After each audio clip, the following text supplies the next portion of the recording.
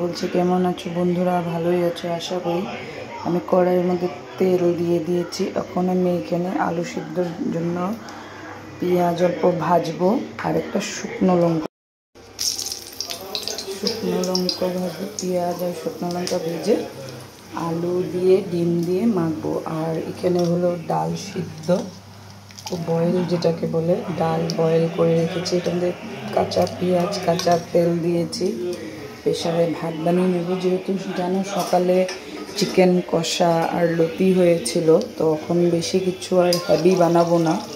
তো দিনে যদি হেভি হয়, আমরা রাত্রে আমাদের লাইটই হয়, যেহেতু এখন সবাই অল্প হেলথ কনসিয়াস, রাত্রে বেশি কেউ কিছু খায় না। তো তার জন্য আমি এখন পেঁয়াজগুলো দিয়ে দিই।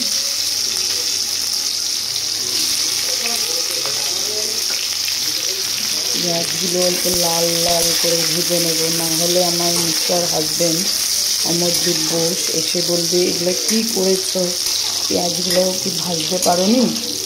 তো এর জন্য ও পেঁয়াজ ভাজা আর শুকনো লঙ্কা ভাজা দিয়ে আলু সিদ্ধ মাখলে খায়, না হলে খেতে চায় না।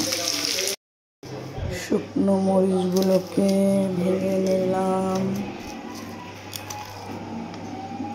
রাত্রে বেশি হেভি না খাওয়াই ভালো, কেন কি এখন যেই খাওয়াতে লোকের গ্যাস ফ্যাস হয়ে যায়, রাত্রে বেশি প্রবলেম হয়। তো দিনে যদিও হেভি খাওয়া হয়, তো রাত্রে লাইট খাওয়াটাই ভালো, আমি প্রেফার করব।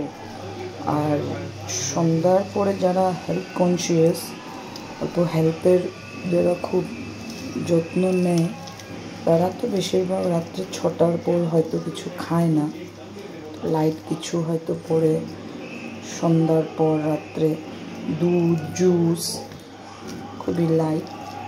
ডিমটাকেও ভেঙে নিলাম। আমার তো এটার সঙ্গে বাটার আর ঘি হলে আর কিছুই লাগে না। কার কার ভালো লাগে কমেন্টস করে বলবে তো। এইভাবে খেতে গরম গরম ভাত, আলু সিদ্ধ, ডিম সিদ্ধ একসাথে মেখে আমার তো খুবই ভালো লাগে।